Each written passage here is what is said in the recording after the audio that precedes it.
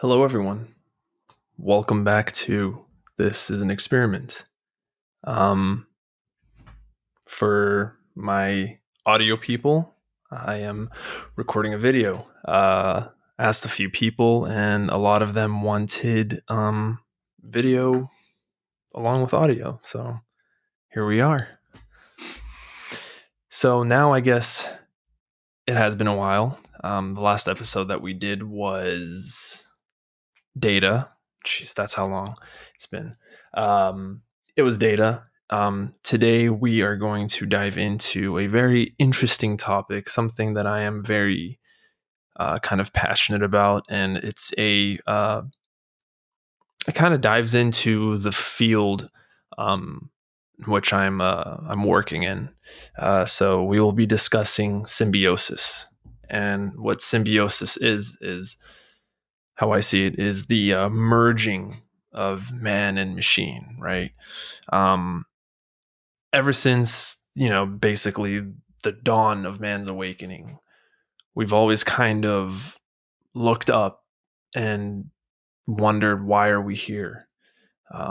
Is it a divine intervention? Was it the formation of the stars? Can the stars give us give us the answer that we're looking for? And so we've created machines, as we've advanced as a species, to kind of reach out into the stars and try to find some sign of something, right? And but as we've reached out, we've also reached inwards. And so this is actually a theory. Uh, I believe the theory is called the Transsession Theory, or the Transcendentian Theory, I believe. I'll have to look that up to be sure.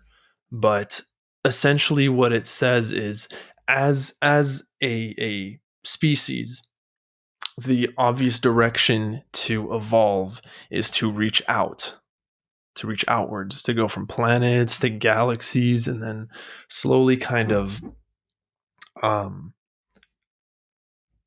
advance as a species, right? Like, because Earth's resources are finite, um, and our time here is also finite, and so we have to kind of spread our civilization as a species, as the human race, outwards. Elon Musk is working on it, to get us to Mars, to colonize Mars. I think we kind of want to colonize the moon, not necessarily, I don't believe to probably live there, but just to kind of have like a moon base, so to speak. And so it's begun. The journey has begun. But with that, we also advance inwards. Our technology gets smaller. You know, uh, a hard drive used to be the size of a refrigerator. You would have to, if you wanted to transfer data, you would have to get this refrigerator sized hard drive, take it to a plane, and have that plane fly it to the location in which, you want the data to be transferred to. But now, we have unbelievably small pieces of technology that are terabytes and terabytes of in size. And so as this technology gets smaller, the theory is that as we advance outwards, and spread as a civilization, as a species, we can also kind of create a reality in which we kind of plug into and live there forever. We would, shed this physical shell that we have, this biological shell that we have, and we would live within this simulated world. I mean, we could be living in a simulated reality right now. This could very well not be base reality. And a lot of people argue that it is not base reality. I argue that it is not base reality. There's a lot of interestingly reoccurring patterns that you see across the universe. As convoluted as existence is, if you look close enough, there's a lot of repeating and reoccurring patterns. This is obviously called the chaos theory, where you look at a convoluted, complex system, but if you scrutinize it enough, you notice these patterns that are repeating. And you see it across nature too. The golden ratio, for example, or Fibonacci sequence. You see these kind of I keep saying reoccurring patterns, but that's really what it is. You see these reoccurring patterns across nature. And so it's interesting. But to kind of move back towards what the merging of this technology, that's what I mean. I mean, again, I don't know the name, or I do know it, but I think it's Transsession Theory. It's very close to that. We're essentially merging with our technology. But then an issue arises, right? The issue is, and within the cognitive science field, it is a very big issue. It is literally called the hard problem of consciousness. How can we find a physical or a biological parallel to what consciousness is? Can we do that? We haven't been able to do it yet. Physicists don't know, biologists don't know, philosophers don't know. So what is it? What literally, what is consciousness? When you have a thought, you were conscious. You were consciously having a thought. But what is that? Like, is it just the firing of neurons? Is it a deterministic thought that would occur regardless? So what is this physical parallel or this biological parallel of consciousness? We don't know. And that is why it's called the hard problem of consciousness. We cannot find anything to kind of give us a leeway into what it might be. I believe I kind of went into detail about what it might be, or my view of it, in a previous episode. I think it was free will. I think that what was that? I think that was experiment 9 or 8. I believe it was experiment 9, where we talked about free will, Nick and I. And I said that consciousness could be viewed as as kind of a wood shop of sorts. And within the wood shop, there are components, right? You know, there's a table, there's tools, there's lights, there's electricity, there's wires, there's components, there's atoms, so to speak, within a larger molecule. And if you remove these components, if you remove these atoms, the molecule kind of begins to fall apart. And so that's very well what consciousness might be. It might not be just one thing, but rather a building of smaller atomic components that create it. And it could also very well be a specific orientation of particles. And if you were to move one particle ever so slightly and change the degree of the orientation, it could completely make the whole paradigm of consciousness collapse. That could very well be what consciousness is. But again, we just don't know. We might be getting closer with quantum computing, but even then, at this point in time, we don't know what consciousness is. So to transfer this into a machine right now is literally impossible. I know you never want to say, oh, well, nothing is 100% for certain, but as it stands right now, technologically, it is 100% certain that we cannot transfer our consciousness into machines. But of course, you know, we have made great attempts to replicate the human mind and the power of the human brain on a computational level. We see it in things like machine learning models or artificially intelligent models. We see it in natural language processing, things like Siri and Alexa, and we're we're scratching the surface, I would say. We're scratching the surface of what the human mind is and how to kind of transfer it to a computational medium.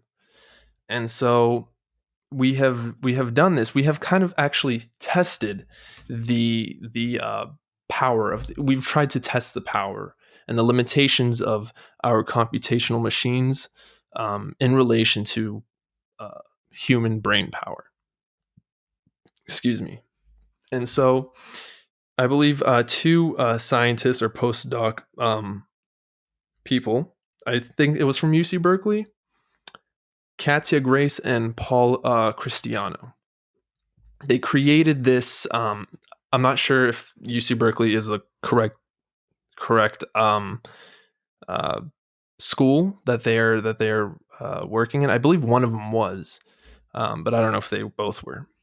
Anyways, they created a system or a benchmark test that they called TEPS.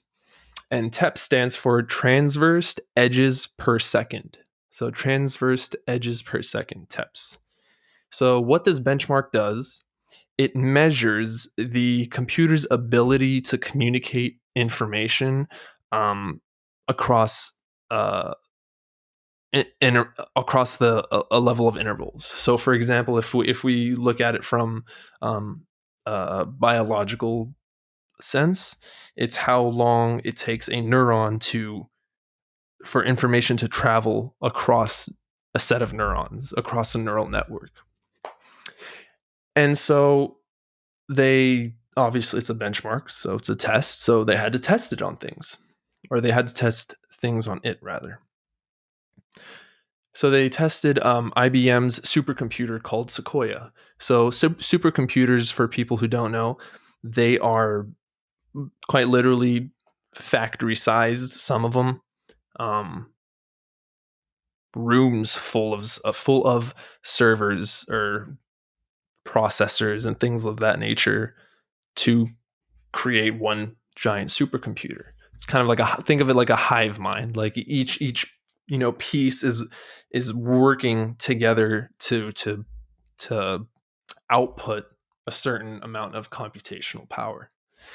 And these have been around for quite a long time. So they tested IBM's supercomputer called Sequoia. They tested it. They tested TEPS. They tested it on TEPS, and it actually holds the benchmark record. So this supercomputer holds the record for TEPS. However, then they compared it with a human brain. On the lowest estimates, it is as fast as a human brain processing power. So on the lowest estimates, meaning another way to look at it is the brain is as fast on the lower estimates, right? So this supercomputer at the lowest level, the brain is as fast as it. At higher estimates, the brain is 38 times faster than the supercomputer. So this goes to show that we're really nowhere near the ability to replicate human brain power on a computational level.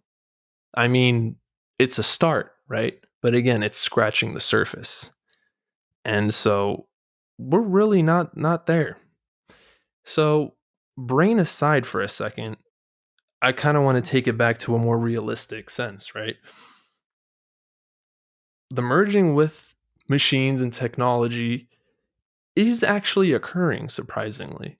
And it's occurring within things that a lot of people kind of don't consider, because when you hear, right, like merging like human and machine, you think probably like Terminator or something like maybe even like Avatar or Matrix is a good example too. But it's actually occurring in surgery. So things like valve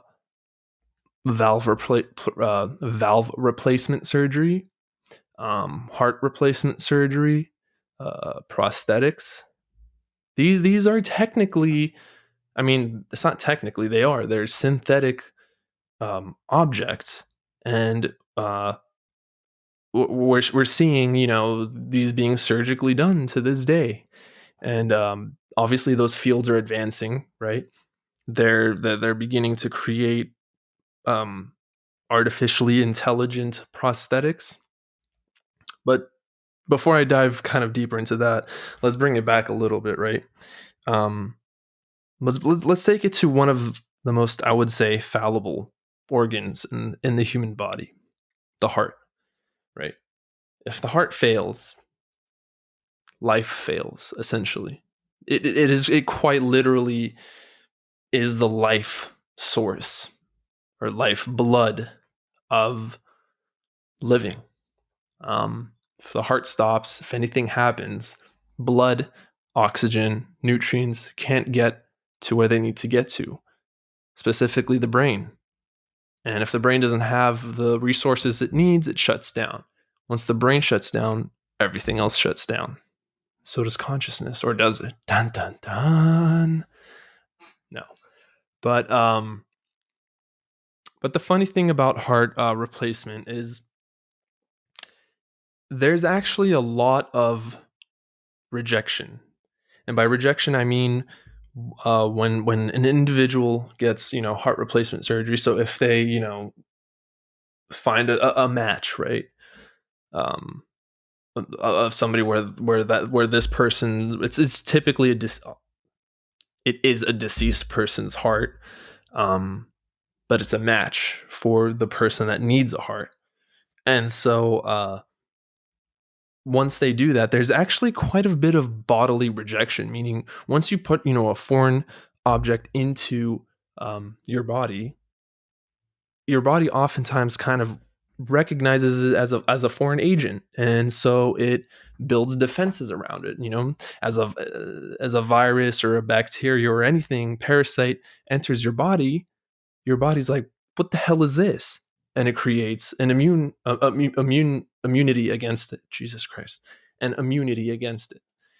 And so, oddly enough, there was actually a study done back in 2015 where 24.1% of the 5,074 heart transplant patients showed rejection.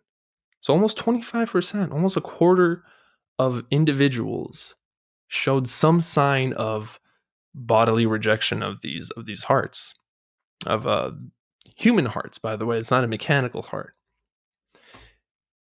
So enter machines, enter synthetically created materials. So two authors from the cardiology journal Heart Asia, their names are, I may be pronouncing this wrong, Jaffer and Whitlock. And these are two authors from the cardiology journal Heart Asia, claim that mechanical heart valves offer several advantages of their own. So people who need valve replacement surgery, this is essentially what they're talking about. Mechanical heart valves offer several advantages of their own. They are free from structural valve degradation. They offer better effective orifice area for a similar sized valve when compared with a bioprosthetic valve. So, and this was this journal entry was submitted in 2016. So what does this mean? This means that there is a obvious, I guess, bias, or not even bias. What's the word? I can't think of the word. But there's an obvious reason to kind of go benefit. It's more beneficial to go the mechanical route. Because really, the heart, if you think about it, it's pretty mechanical. I mean, you have valves, and it's a pump. It's quite literally a pump. So if you imagine a pump in a car, like a water pump, that's essentially what the heart is. Obviously, it's a little more complicated than a water pump, but that is essentially what it is. And so if we achieve, a complete heart that is able to function without the need of any external, batteries or anything like that, I think that is a huge step in the right direction for removing fallible parts of our species. And actually, Carmat is it's a company called Carmat. They are actually working on totally artificial hearts. So what's the big deal? So mechanical hearts, up until Carmat, they worked. But like I said, they needed a battery. So you would always have these giant tubes quite literally sticking out of your chest and into like a backpack where the battery is. If that battery fails while you're asleep or you forget to charge it or something, you're screwed. And so what Carmat is doing, it's kind of removing that. And so they've actually successfully implanted these devices, I believe earlier in 2020 or 2019. And to date, as far as I know, there are 13 patients who have received these artificial hearts, and they have yielded promising results. So it's in the right direction. And so, I mean, that's a huge deal, right? Like, heart disease is one of the number one kill. It's either one or two killers, and I think, or is cancer the number one? Anyways, heart disease is either first or second reason of why a human dies. And so it's huge. I can't stress that enough. It's huge. And to kind of move back to the brain, right? We are seeing advancements in the brain as well. So for example, things like Neuralink, Elon Musk's brain-computer interfacing company, Neuralink, it's a step in the right direction. And obviously, if nobody knows what Neuralink is, again, it's a brain-computer interfacing company. So what does this mean? It basically, there's a device, and this device is the medium between connecting your brain with a computer. So what does this mean exactly? It means things like this machine or this device can create artificially artificial charges into your neurons to kind of like reactivate them. So if there's a part of your brain where for whatever reason the neurons have been inhibited from birth or due to some defect, so things like people that are paralyzed or maybe even have like tremors or something like that, this device can yield positive results. So essentially, what the idea behind this device is I think it's like about a coin size, and they surgically implant it into your skull, and you wouldn't even know because it's so small. They implant it into your skull, and then they have a device that obviously with surgical precision, it maps out where your blood vessels are in the brain or in the region that these electrodes will be installed, and it avoids those blood vessels. And so and they've created this surgical machine specifically for that reason. And the thing is, technology like this kind of already exists. And they're actually called Utah rays. But the thing about Utah rays, I mean, this is essentially what it is in a way. But the thing about Utah rays is they're giant. They literally sit on your head most of the time, and it's like a protruding device. Like you can literally see it. You see it in, they do these tests on mice and things like that, and that's what they use. They use Utah rays. But the difference between this is it's the size of a coin.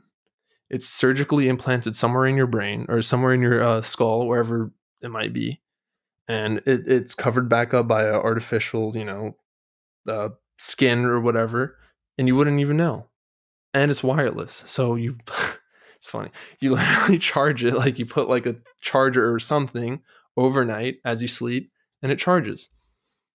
And obviously if you want to have it removed, it could be removed without any issues. So this is interesting because now it kind of like, okay, so now we have a means, or kind of like a medium, to have these machines or our computers to kind of communicate with our brain. So here's a thought. Could this inadvertently somehow make us understand maybe what consciousness is? Could this inadvertently, just by proxy, would we discover something that we had no idea about before? I don't know, maybe. But nevertheless, it is a huge step in the right direction. And so these are things to consider. It goes back to this philosophical thought experiment. It's called the Ship of Theseus. And what this thought experiment is, imagine a ship, right, of Theseus, but it's old. It has broken parts. The wood is kind of like cracked. It's protruding in some areas of the ship. It creaks. It's just an old warship. And so let's say you have identical parts of this ship, and you slowly, one by one, begin to replace the old parts with the new parts. Again, remember, they're identical. And let's say it comes to a point where you replace every part of the ship with identically new parts. Is it still the same ship? That is the thought experiment. Some say it is, some say it is not. Because the argument is, well, if they're identical, then you can't tell, right? You can't, but is it? It's not the original parts. That's the thing. It's not the original parts of the ship. And now we draw the parallel to humans. Once we start replacing, our hands, our arms, our legs, we'll get to a point, our ears, and according to Carmat, our hearts. At what point do we lose our humanity? At what point do we no longer be who we are? And these are actually questions I posed on Instagram for this episode. I asked,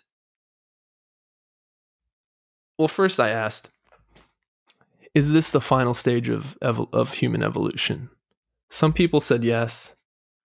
A lot of people said no. I don't have the exact numbers, but I do remember the overall results is that most people thought that this was not the final stage of human evolution, and I agree. I believe that the final stage for humans, so to speak, is the convergence, or again, the symbiosis of man and what he creates, the machines. And so I think it is inevitable. I don't think it's impossible. I do think it'll be a gradual progression. I don't know if it would follow Moore's law. And for individuals who don't know, Moore's law is basically technology. It gets to a point where technology begins to advance extremely fast, right? So the space between technological advances begins to shorten and shorten and shorten as time progresses. And for example, like I said, you know, the best way to look at it is actually an example that Elon Musk used. Um, we look at 50 years ago, right? The most advanced thing that we had, or game that we had, was Pac-Man and Pong. And two-dimensional, very basic in terms of technicality. And now suddenly, fast forward to today, we're beginning to kind of dip our feet into things like virtual reality and augmented reality. I think augmented reality is probably the most interesting. I mean, of course, although virtual reality is equally as interesting, because if you think about it long term, what if this technology, this VR technology becomes so great that we plug in, literally like the Matrix, we plug into this virtual world that is identical to ours, but it is devoid of all the negativities and pains and hardships of life. Disease, death, war, famine, resources. What if, we get to that point where we can do this? So who in the right mind would want to live in base reality, assuming this is base reality? Who would want to live in this reality when you can just live in that one? And as technology advances and as time progresses, more of the world will get its hands on this technology. I mean, according to Statistica, in 2020, so last year, 3 billion people have smartphones in their possession. 3 billion people. And that will only increase. So this paradigm of interfacing with our technology, with our phones, with our devices, I mean, 3 billion people have the knowledge of the world at their fingertips, literally and figuratively. And so this shows that interfacing has become very ubiquitous and almost very available. And I think that will only get higher. And so, with that said, I do believe that there's going to be some sort of convergence at some point where we no longer have to experience this reality. And if we look at it, what's to say Sims, right?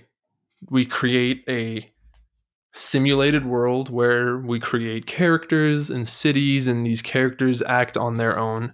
Well, I haven't played Sims, so I'm not sure. I'm assuming they act on their own accord. So agents, Sims are essentially agents within a simulated world, and they act according to however they act. So what's to say we won't get to a point where we can do that same thing, but create a simulacrum of sorts? And simulacrum is basically a simulated version of ourselves. And if you guys have heard experiment 1, which is called You, I talk about how we have kind of already created these simulacrums within our social medias, right? We let people see what we want them to see. And that is our avatar. That is our digital being, digital copy of ourselves. So what if we get to a point where we can create, a more realistic simulacrum of ourselves in a very advanced and very realistic simulated world? Then, we kind of just end up staying there. I mean, the best way to think about it is the movie Ready Player One, or Player One Ready. I forgot how it was oriented.